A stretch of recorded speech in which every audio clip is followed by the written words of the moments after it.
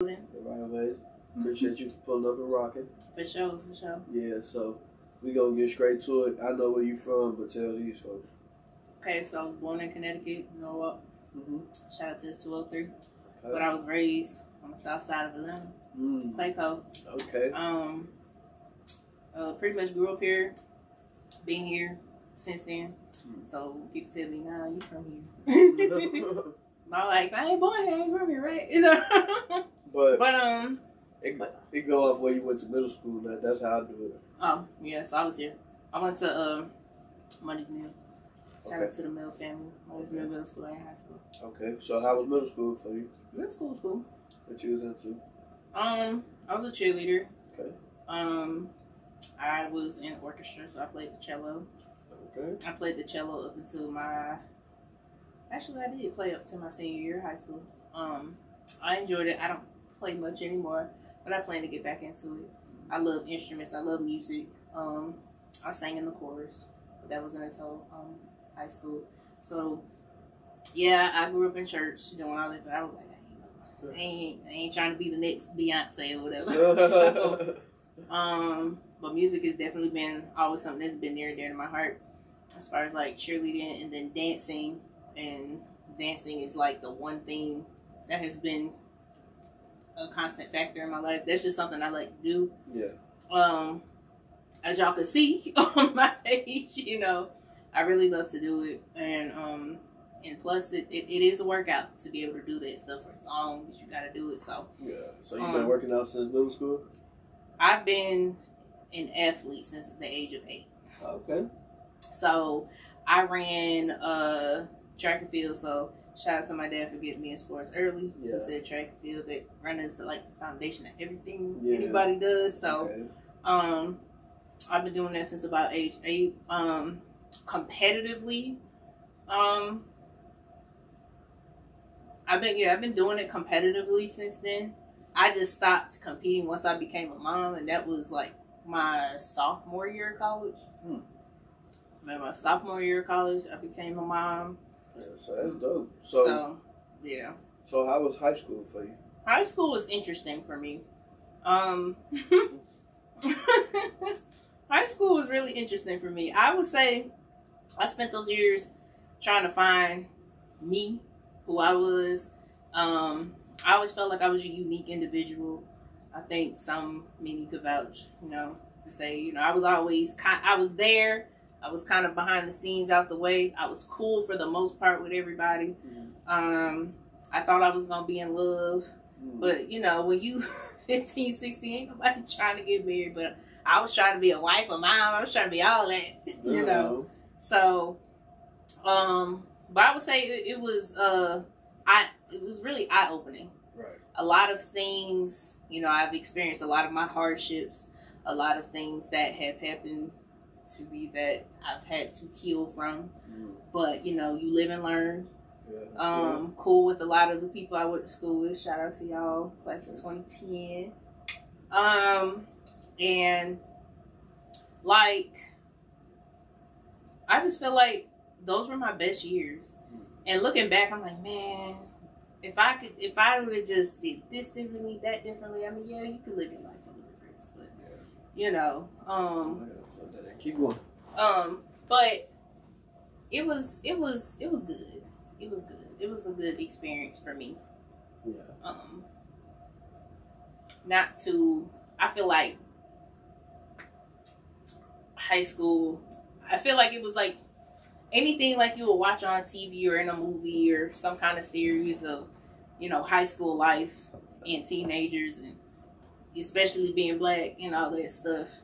You know, you're typical. You have your mean girls, your bullies, your people. So you went to high school here? On the south side? So you was the bully?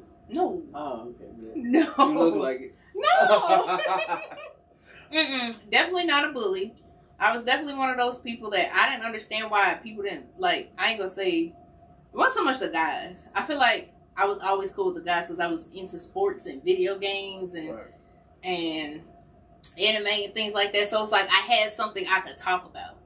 And like, you know, I grew up in a sports household, so it was just like, there was something to talk about. Whereas girls was just girls, and it was just like, oh, you think you cute?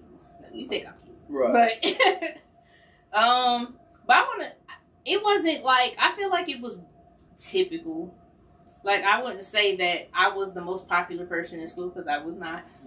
And I'm kind of glad I wasn't. You know, I like being that person that all the attention isn't on me. It might be on me now, but. Yeah. I would say I've definitely glowed up since then, because I could say the same for myself. You know what I'm saying? Mm-hmm. High school was a little crazy. I grew up in Chicago. Okay. So shit. Middle school and high school, that shit was crazy. Yeah. Okay. Shit was turned. You feel me? Mm-hmm. So, you say you went to college, right? Yeah, so I moved to, so my parents got divorced back in 2001, and my dad is still in Connecticut. My mom, me and my sisters came down here with my mom because, you know, her side of the family is here. But we do still got family back up there, too. Right. And pretty much, when I was done with school here, I felt like I want to go be with my dad for a little bit and kind of just go see what I want to do and just go to school there. And I kind of missed being, because I would spend my summers up there, and I would always have so much fun. So I would just be like, you know, let me just go up there and just go be with, you know, because I think out of me and my sisters, I had like friends before we left. Right. So like I started kindergarten. I was there kindergarten, well, pre-K up until like 3rd grade. Then I came down here. I do know in 96 we had came down here when my parents at first were attempting to kind of, but then I guess, so then we went back up after about a year or so. And then not too long after they came back down here. So that's crazy. Really, yeah. So and I think we first came down here, we was in like Union City or something like that. So still on the south. So so you like a real Atlantic. Pretty much, yeah. Like I didn't realize. I said we really did live that, because I remember it very vaguely. Yeah. But I was like, it's always down. Oh, because we lived here, so it started to kind of make sense. So I went with my dad for like a few years, and like once I became a mom, I kind of came back with my mom, because it was just the situation with my oldest child's father was very domestic and bad, and you know, I'm like 19, 20 at the time, so I'm like, I need my mom, so you know, so I did kind of do a little bit of a back and forth thing, but you know, Atlanta was always home for me. Mm-hmm. And then I had came back down here back in like 2013. Then I was here until I joined the military. And then I was stationed out in Texas. So that was like after college? So yeah, it was after college. I didn't graduate yet. Okay. I'm currently in classes to finish my degree. I kind of just want to finish what I started. So in the Army, I'm a human resources specialist. So human resources, like anything office admin, clerical, that's kind of been my experience. I kind of like that. It's like a steady schedule, not hard to do, in and out, you know. I've been around that all my life. So this is something I picked up and did. What I'm going to do is get my certification for it. Yeah. I don't really need my degree with having the certification, because getting the certification is basically what you spend it on 4 years doing. Right. But I'm a person, I like to finish what I start. So if I made a commitment to it, you know, I'm going to do it. But, you know,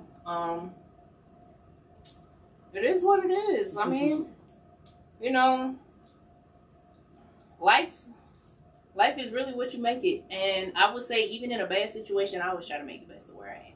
Yeah. What I got going. You got to, shit.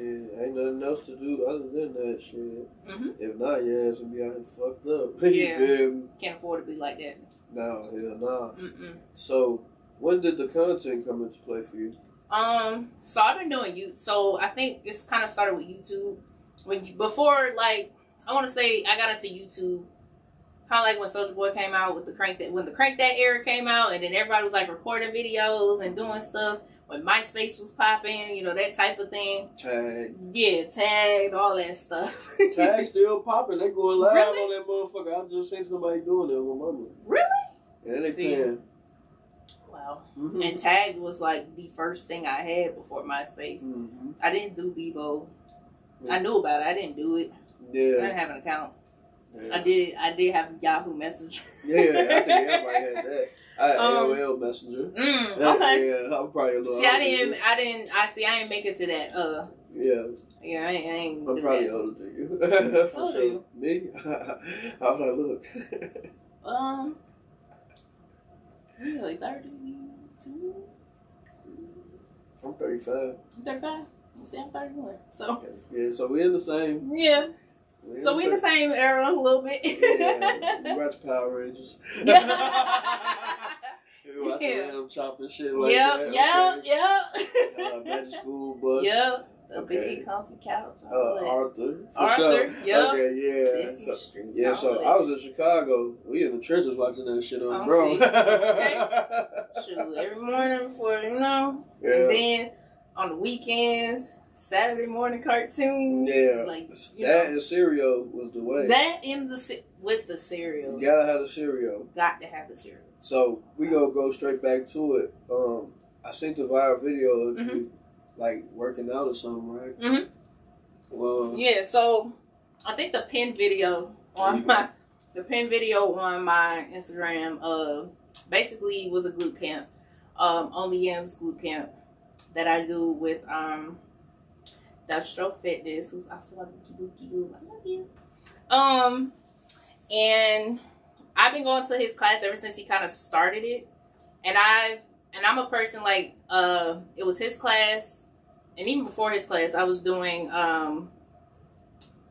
it was called Rich and Thick, but booty and bands with my girl Bria. Then I do hip hop anatomy with my boy Dante, and I've always been the person with the energy, and I ain't afraid to throw ass. I'm really not afraid to do that.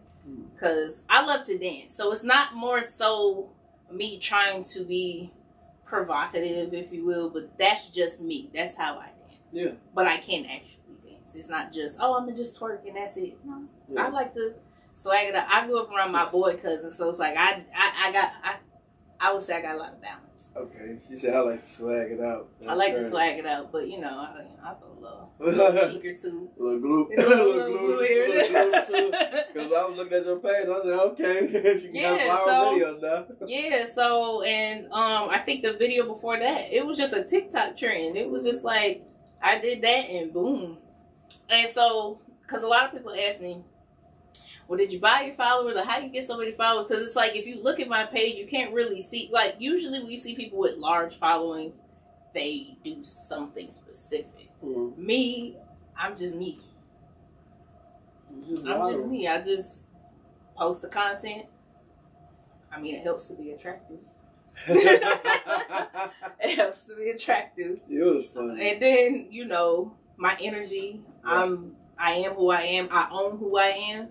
I don't have to fake nothing I don't got to do that. I'm just myself, and I'm unapologetically myself, and I feel like that's why I am where I am now. Mm-hmm. And even here talking to you. Yeah, no, we locked in for sure. Yeah, so, but yeah, that video was just, and just, different clips of content that, and I'm always in between sets, and I just do a little something. That was how that was called. It was just oh, okay, yeah. And they know, and anybody who's seen viral content of a lot of the influencers that I just named.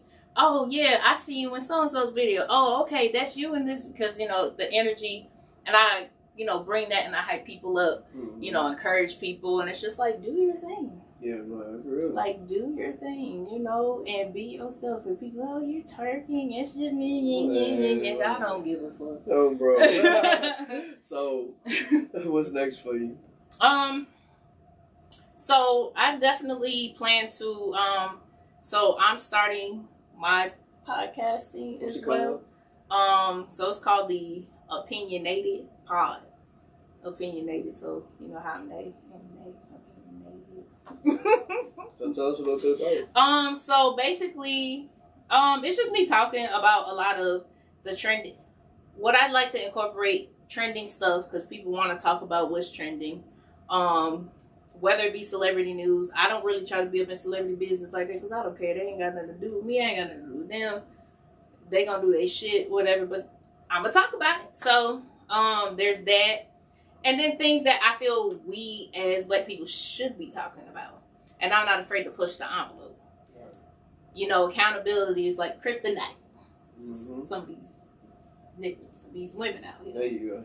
And I think accountability is a Black issue in a sense, but men and women have it in different areas. Mm-hmm.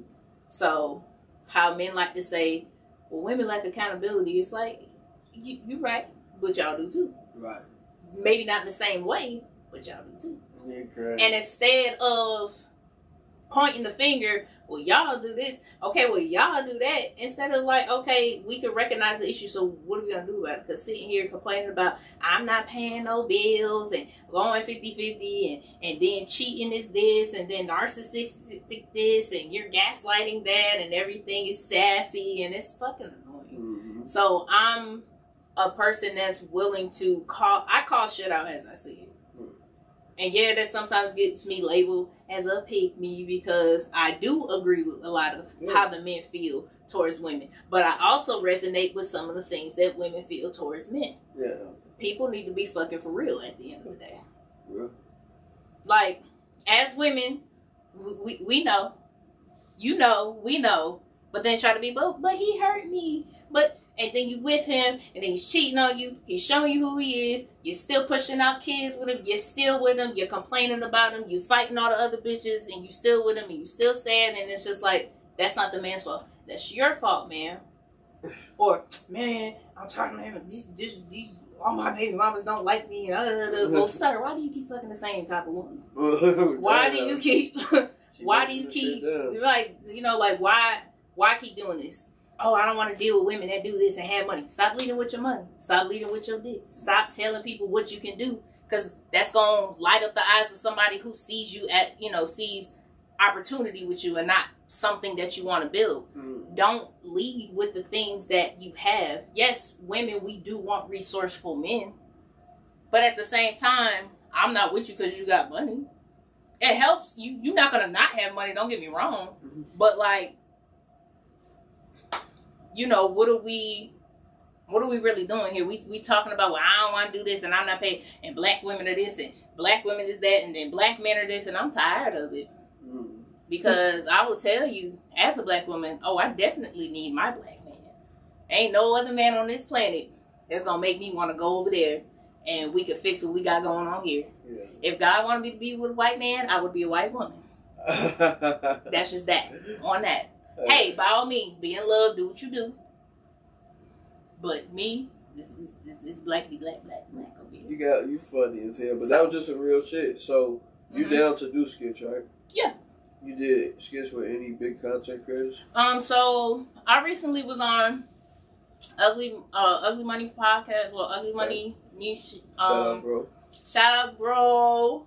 I did Trigger Alert. Okay. And the funny thing was, the clip that goes viral was the one part I didn't even really want to talk about, because the question was, if we had to interview your ex and they had to tell what was the thing they didn't like the most about you, what would they say? And I really didn't have like an answer. I was kind of like, well, I don't know. I guess you could say I have a smart mouth, because I do get, yeah. You know, if you irk me, you piss me off, and if I feel like logic isn't getting to you, and then you start saying some shit that starts rubbing me the wrong way, then I'm going to get disrespectful. Mm. That's not initially how it goes. That's not the intent, because I'm not an argumentative person. I'm not a confrontational person. I'm not a combative individual. I'm not going to put my hands on you. Don't get it twisted. I will fuck you up. But, like, at the same time, that's not what we're trying to do. I'm a woman. I know my place as a woman, and I'm not going to try to go toe-to-toe with a man because you are a man at the end of the day. You're physically stronger than me. you're more capable than I am. I'm not going to intentionally irk a man and piss him off to do the things that he does. And I used to be married. So that a lot of that situation towards the end, once the marriage took a turn for the absolute worst, and when things got so bad, and no matter what I tried to do, no matter how I tried to help, or whatever the case may be, and it got violent, it got physical, he couldn't put the alcohol down, it was just him spiraling in the things that he felt insignificant as being a man, and instead of trying to do something about it, you're fighting me because of it. I'm not trying to fight you, I'm trying to help you. You know, any other one would probably drop you like a bad habit. Yeah. We got kids together. We have years. We have time that we've known each other and put into each other. I'm not going to just give up on you like that. Yeah. What you're not going to do is disrespect me. Then... They got that army coming out of them. That's what you're not going to do. You're not going to disrespect me. You're not going to have me out here looking crazy. But what did he do? Disrespect me, have me out here looking crazy. Come keep your shit in your pants up here. And then you getting mad at me because I'm holding you accountable. I'm not talking down to you. I'm not calling you bitch ass niggas this and that. I'm not calling you out your name. But you bringing up shit that I've confided in you. You upset, so you throwing shit in my face. Oh, you know the thing that women do to men. That, oh, that's why you ain't got no daddy. And doing all that shit like that. See, I don't do that. But when he does it and then I respond, then I'm wrong. So now I'm wrong. So it was pretty much a lot of that. I didn't want to get into that, so that's why I didn't say that on the show. Mm-hmm. And boy, the men was tearing me up. They still dragging me to this day. That shit was 2 weeks ago. They supposed to talk shit when it's lit. Yeah, you know, and I felt like, you know what? I'm kind of glad you... At first I was like... And I was getting mad, not at him, because that's not really a situation I like to talk about. Yeah. Because even though me and my ex went through that, he's still the father of my kids. We don't hate each other. We cool. Mm-hmm. I don't want him to feel like if I do talk about it, I'm dragging him, and I'm not. Right. I told him, I said, no matter what, I'm going to tell the truth. And you ain't got to like it, but I'm going to tell the truth. Yeah. And you can tell your side of the story. I won't even interrupt you. I want to hear it. What you gonna tell? What you gonna say? So that was pretty much. So that's like the, you know, my first, like, I would say my big collaboration. Okay, and now this, you know what I'm saying? We about to collab. Yeah. Now we about to, you know. So with that being said, bro, I feel like we covered a lot in a little bit. Mm-hmm. We talked about a lot. We did. You feel me? We talked about my life. We talked about school. It was like a timeline, and it flowed. And then it lead up into this. You feel me? So. With that being said, it might be somebody out there that like influenced by you, like your workout journey, like your videos. Mm-hmm. They might be in the same position on the come up. Get them a positive message. Right. So what I will say is keep going. Life is gonna challenge you. Life is gonna test you. You know, I would say life. I heard this quote, and I probably got the numbers backwards, but you get the concept. The life is 10% of what happens to you and 90% of what you choose to do about it. Things are going to happen beyond your control. What are you going to do about it? It's okay to be upset. It's okay to cry. It's okay to feel defeated a little bit. Don't stay there. If I stayed where I was many times where I felt like giving up, I would not be here today. Literally, wouldn't be here today. And find the thing that no matter what, you can't stop thinking about it, and you're going to find a way to get to it. My end goal at the end of the day, I don't want to be working for nobody, and of course I'm not going to be in the military forever. Yeah. But I will say that was the best decision I've ever made in my life. It's opened a lot of doors, given me a lot of opportunity. You got to utilize people, utilize the resources around you to make it work for you. All too often, people go through life letting life tell them and control them. And, you know, you in the passenger seat, you got to go where life takes you. Know, let you be the one that's in control.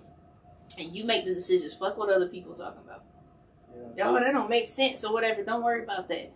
Because a lot of the people that are successful now had those same people telling them, there's no way you're going to make it. There's no way you can't possibly be successful doing. There are people getting paid millions of dollars because they fucking stupid. Mm-hmm. Just think about it like that. Anybody can be famous for any reason these days. Utilize it. Capitalize off of it. Yeah. No, I'm not really trying to be a dummy for some money, but you know, by all means, like, you know, keep going, lock in, focus, make your money, stay out the way. If that means you gotta miss out, please do that. The club, them couches, them sections, them hoes, them niggas, whatever the case may be, Miami, the whatever, it's all gonna be there when it's time for you to step out and walk in your purpose. Because the point is longevity. Delayed gratification. Delayed gratification. If that takes you a year, 5 years, 10 years, it's not about moving fast. It's about moving correctly. That's right. You funny, so, but you saying some real stuff. You feel no, me? for real though. So I like how you do that. You know what I'm saying? Bro, I wish you nothing but success. You feel me? You got good personality, you got spirit to yourself, and you going up. So, you know, I appreciate you for coming through. I appreciate you for having me. I definitely feel like we covered a lot, and we came up with something viral in a little bit of time. You know what I'm saying? So I know you busy, and I know you stay kind of far. So we're going to go and get up out of here. But before we do that, get these folks all your social media. Okay, so y'all can follow me on Instagram at Nae Johnson _ that's NAEJOHNSON, and follow my pod page at _Nae unofficial, NAE unofficial, spell out. And then you TikTok, can go to Facebook. Yeah, so my TikTok, I have a link tree that has everything in there, but I say it anyway. My TikTok, well, one of them I gotta change my handle because I was gonna delete it, so we ain't gonna say that one. But you can follow my TikTok, Nae _ unofficial. My YouTube, Nae Johnson official. Everything's pretty much Nae Johnson. You type in Nae Johnson, you gonna find me. Okay. Twitter, same, Nae Johnson with 4 N's. Okay. You know, but yes, but the one account I use the most, Instagram, my main account, Nae Johnson _ click the link tree in my bio. Everything you need to know is in there. Even my PSN, if you don't want to get your ass tagged in Call of Duty, what's up? Damn. Oh, okay, so she a killer, you feel me? So, bro, y'all, she just gave y'all all the links. Me and her gonna collab, so y'all see it. Y'all go and run her numbers all the way up. Mess with her. Good people, you feel me? So, with that being said, I think that's it till next time. Thank you for coming. Appreciate you. Okay.